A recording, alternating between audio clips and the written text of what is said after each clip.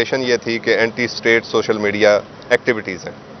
उसकी बाबत हम हाज़िर हुए थे क्योंकि आज वो ख़ुद तो इस्लामाबाद थी, कल भी वहाँ पे थी, उनकी एंटी टेररिज्म कोर्ट रावलपिंडी में हेयरिंग थी बेल्स की, तो वो वहाँ पे थी। इसका थोड़ा सा बैकग्राउंड मैं आपको गुजारिश करना चाहता हूँ, वो ये है कि ये 3 जून का एक जारी करदा नोटिस 5 जून को शाम को फ्लोट हुआ पहली बार, कि 5 जून को 11:30 बजे उनको NCCIA ने तलब किया हुआ है। तो वो वक्त गुजरने के बाद शाम को सोशल मीडिया के ज़रिए पता चला जून में, तो हमने रब्ता किया उस वक्त आसिफ साहब जो इसके इंक्वायरी अफसर हैं उनसे, तो वो पता चला कि वो पिछले 2 दिन से इस्लामाबाद के अंदर हैं, वो लाहौर ऑफिस में अवेलेबल नहीं हैं।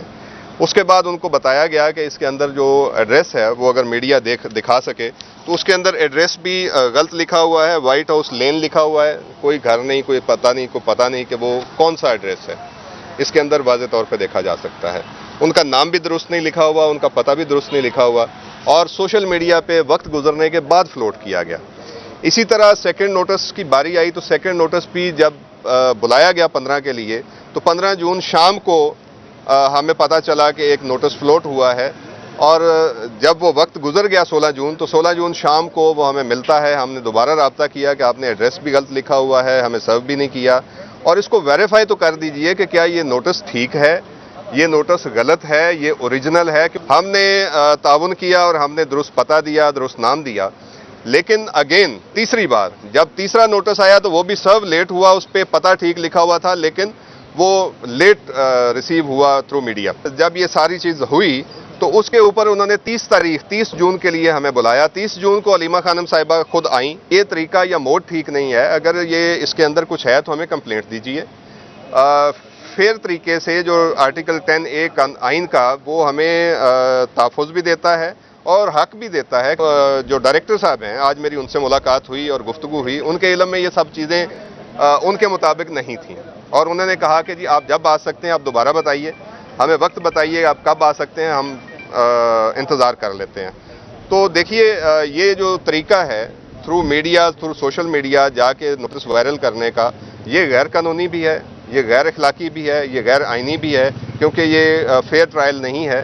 हमें नहीं पता कि ये जो नोटिस हैं ये ओरिजिनल हैं, ये झूठे हैं, ये किस मकसद, सिर्फ हरेस करने के लिए हैं। Anti state social media activities के अलावा कुछ नहीं लिखा हुआ। तो उसके ऊपर उन्होंने कहा है कि वो आएंगे तो हम उनसे सवालात करेंगे कि ये क्या एक्टिविटीज़ थी। हालांकि उसका फेयर बात ये थी कि हमें कंप्लेंट दे दी जाती। अब हमने रिटन दरखास्त दे दी है कि हमें इसकी कापी जारी की जाए ताकि हम इसका जवाब दे सकें, और ख़ुद भी वो तशरीफ़ लाएंगी जब आप वक्त दें। अच्छा, साइबर पेट्रोलिंग इन्होंने खुद से की है, इसके अंदर कोई प्राइवेट कंप्लेंट नहीं है। जो हमें बताया गया है अभी ज़ुबानी तौर पर कि ये खुद से उन्होंने जो साइबर पेट्रोलिंग करते हैं उसके ऊपर उन्होंने देखा है, और उनको एक वीडियो नज़र आई है और उसके ऊपर उन्होंने किया है, और वो एक वीडियो भी हो सकती है 100 से ज़्यादा भी। उन्होंने इस तरह की बात की है, और उन्होंने कहा है कि आप आएंगे तो हम आपसे सवाल करेंगे। हालांकि जो हमने डिमांड की है वो सवालनामे की है कि अगर आप हमें सवालनामा दे दें तो हम उसके जवाब तहरीरी भी दे देंगे, और अगर हमें ज़ुबानी सवाल हुए तो वो भी दे देंगे, लेकिन बेसिकली कुछ सवाल तो हमें बता दिए जाएँ कि ये सवाल हैं।